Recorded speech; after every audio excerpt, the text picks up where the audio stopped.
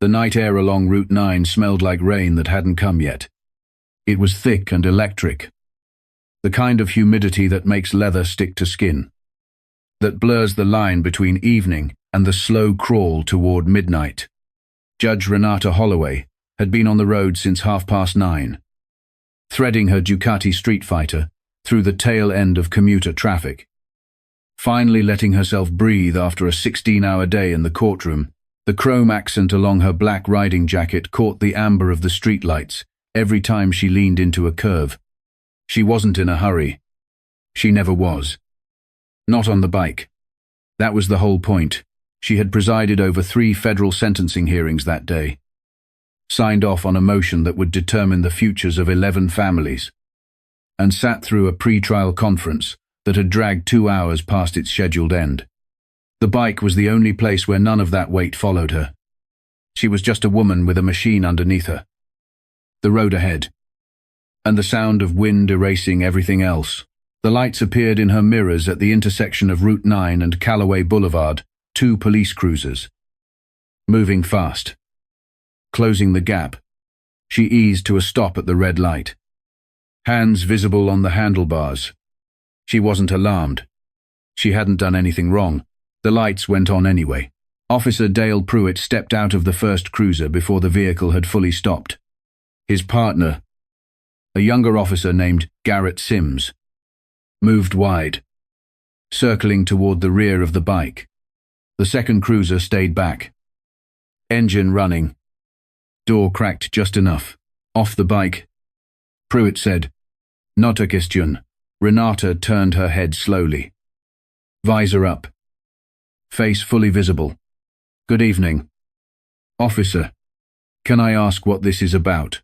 Pruitt had the look of a man who had made a decision before he'd ever seen her face, jaw set. Thumbs hooked in his belt. Already moving, like the answer was decided. "License and registration." "Off the bike. I'm happy to show you my documentation," she said, keeping her voice measured. Unhurried. "I'd like to understand the basis for the stop."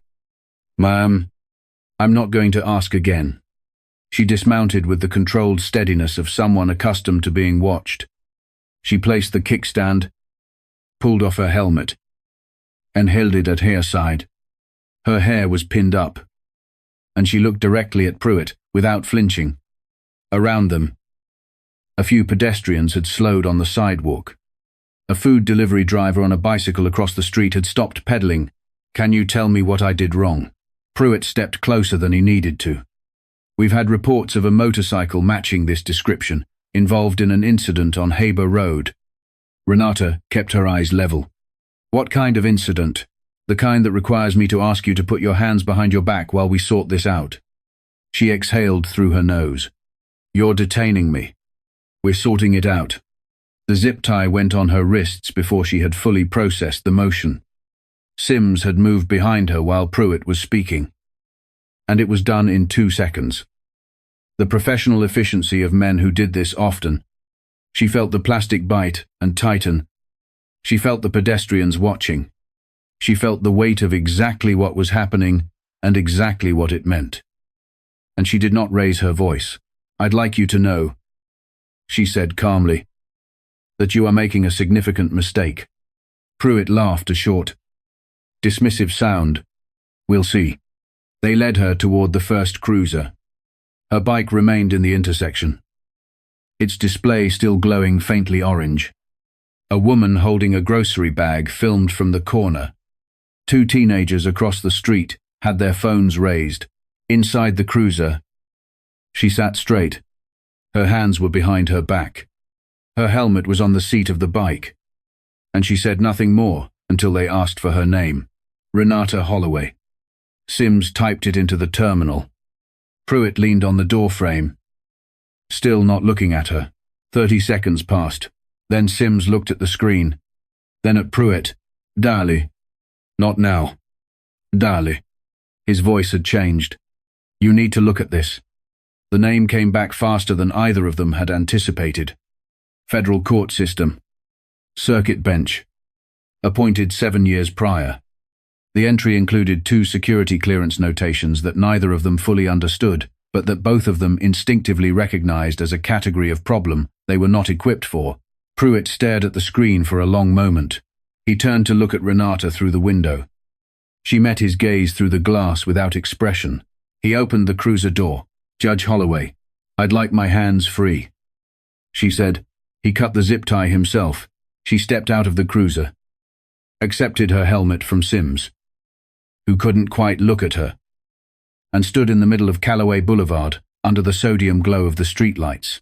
"I'll need both your badge numbers," she said.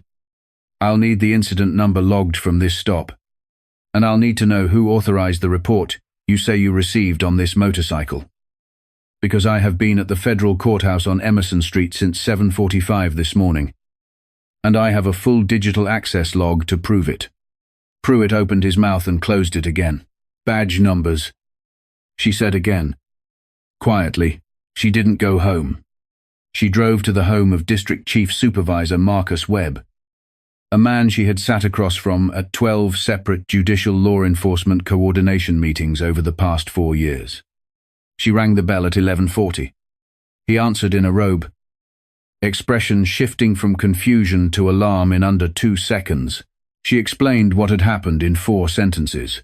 He said, "Renata, I'm sorry. We'll sort this out first thing," she said.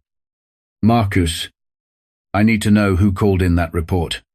The silence between them was informative. She had not been randomly stopped. That much became clear within 72 hours. The report of a suspicious motorcycle on Haber Road had been logged at 9:47 p.m. by an officer in the 14th Precinct. The officer, a 9-year veteran named Floyd Akers, had logged the report without responding to any actual incident. When Internal Affairs pulled the records, they found that Akers had a pattern vague, undocumented reports of suspicious vehicles, logged late at night, in the specific corridor between Route 9, Callaway Boulevard, and the industrial stretch behind the Meridian Port Access Road. It was the corridor, investigators would later describe in their report, used by the network. The operation had been running for 4 years. At its core was a protection scheme. A rotating group of officers from 3 precincts provided advance notification to 2 competing trafficking operations, advance notification of raids, of route closures, of undercover deployments. In exchange, they received payments routed through a series of shell entities registered in 2 states. Renata Holloway had, by chance, turned onto the corridor that night. The stop had been opportunistic. She fit a general profile. Akers used to log phantom reports whenever someone rode through the corridor who might have observed something. It was not targeted at her specifically.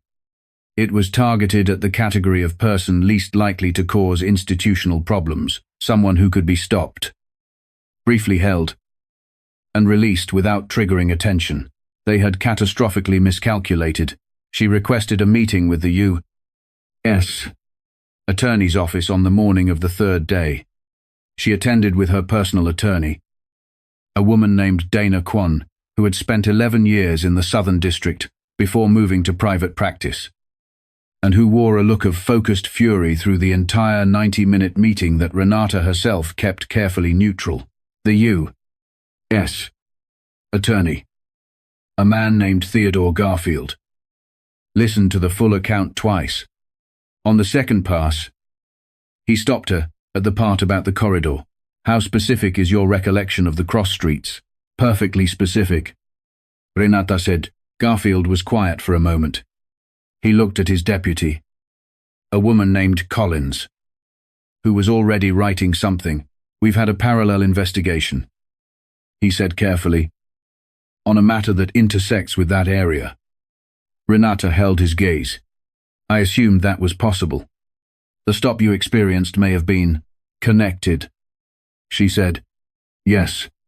The investigation broadened over the following 6 weeks. The Civilian Review Board was notified. The FBI's Public Corruption Unit opened a parallel inquiry. 3 officers from the 14th Precinct were placed on administrative leave within the first 10 days. Floyd Akers resigned on the 14th day.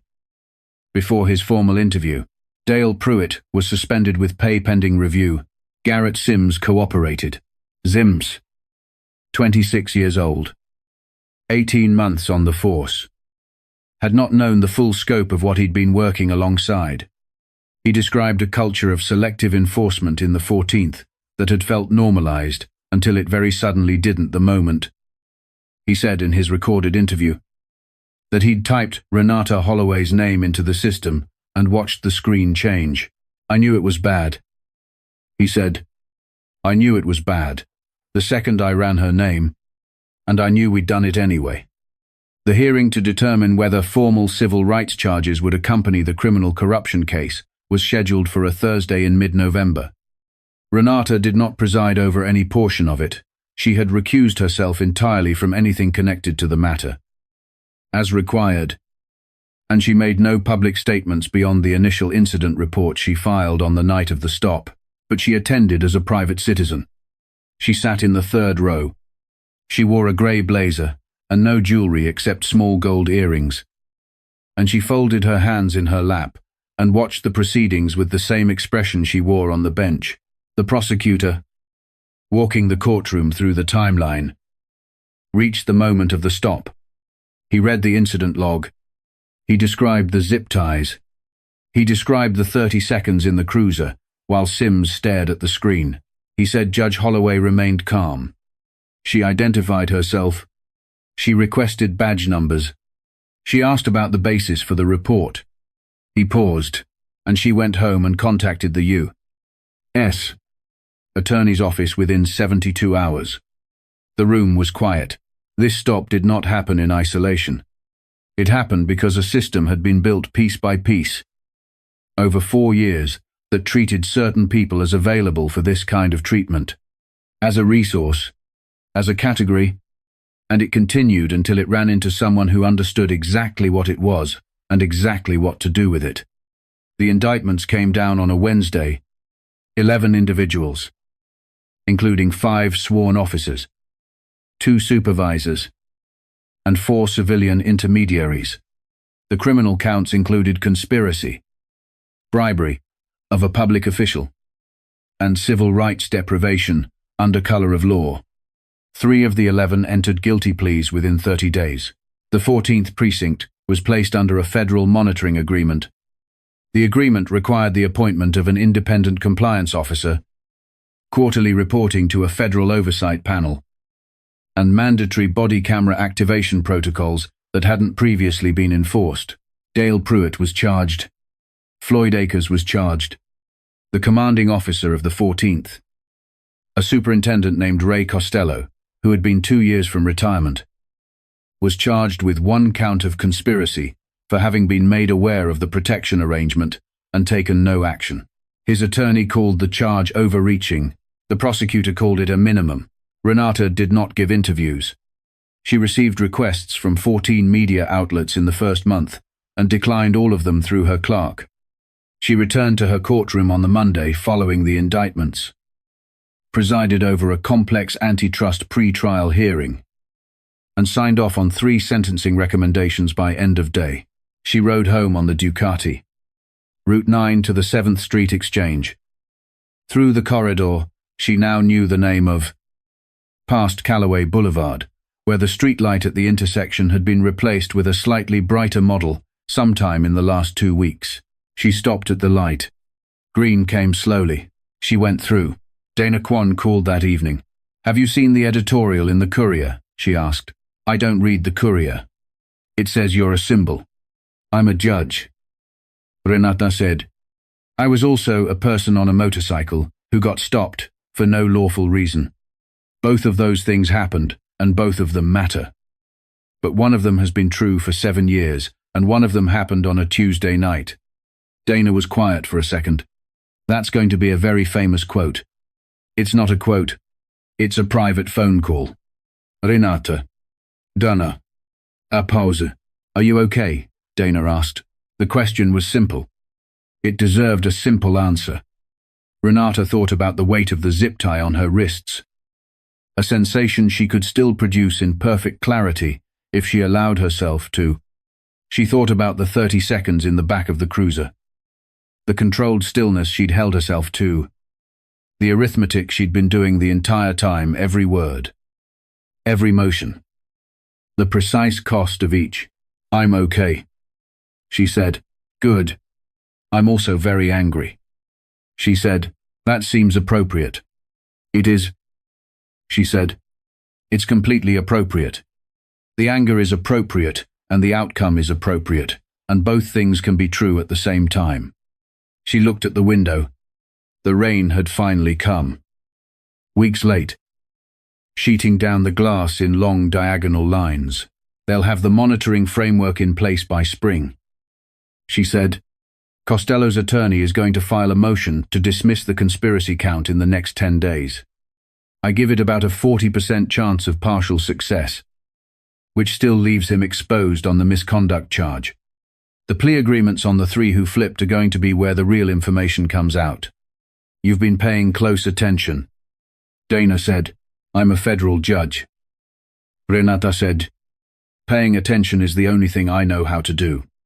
The monitoring agreement's first quarterly review was scheduled for March. The compliance officer, a retired magistrate named Gloria Finch, submitted a report that described meaningful progress in body camera enforcement and a notable increase in internal reporting of concerns by officers who had previously stayed silent. She also noted, in a paragraph near the end, that the culture of selective enforcement in the corridor had not fully dissolved, that institutional culture rarely did in a single quarter, and that continued vigilance was required. Renata read the report on a Friday afternoon. Between hearings, she set it on the corner of her desk. She thought about the intersection. She thought about the light going red, and the cruisers closing in, and the way Pruitt had stepped out of the vehicle already decided. She thought about Sims, 26 years old, watching the screen change. She thought about the woman on the corner with the grocery bag. She had never found out who she was. She had never been identified in any reporting. But the video from her phone, 4 minutes and 22 seconds of clear footage, time-stamped and geolocated, had been voluntarily submitted to Internal Affairs within 48 hours of the stop. A stranger with a grocery bag and 4 minutes of footage. Renata picked up the quarterly report again and started from the first page. The trial of Dale Pruitt was scheduled to begin on the second Tuesday of April. By the time the court was called to order, the federal monitoring agreement had entered its second quarter. 2 officers in the 14th had filed their own internal misconduct reports, citing previously undisclosed incidents. The civilian intermediaries who had brokered the protection payments had provided testimony that, according to the prosecution, had expanded the scope of the investigation into a neighboring district. The ring, as Pruitt's public defender had correctly observed in an early filing, had not been small. As the trial began, Renata was in her own courtroom 6 blocks away, managing a complex securities fraud case that had been in pre-trial motions for 8 months. She did not follow the Pruitt proceedings in real time. She read the daily summaries. Her clerk flagged for general awareness. She was not the story. She had never wanted to be the story. The story was the corridor. The story was 4 years and 11 defendants, and a protection scheme that had operated in plain sight across 3 precincts. Inside the architecture of public trust that every person driving or walking or riding through that neighborhood had extended without knowing. She was just the person who had ridden through at the wrong time and understood what was happening and did not look away. On the last Friday of April, the jury in the Pruitt case returned a verdict after 3 days of deliberation. Renata was in a conference room reviewing deposition transcripts when her clerk knocked and opened the door. The Pruitt verdict came in. He said. She looked up from the transcripts. Guilty. He said. All counts. She held his gaze for a moment. Then she nodded once and looked back at the transcripts. Thank you, Marcus, she said. He closed the door. She sat alone in the conference room for a moment longer than she needed to. The transcripts were in front of her, dense with language, the ordinary weight of ongoing work. Outside the window, Emerson Street, was its usual mid-afternoon self-cabs. A delivery van. 3 people waiting for the light to change. She turned back to the transcripts. She had a case to finish.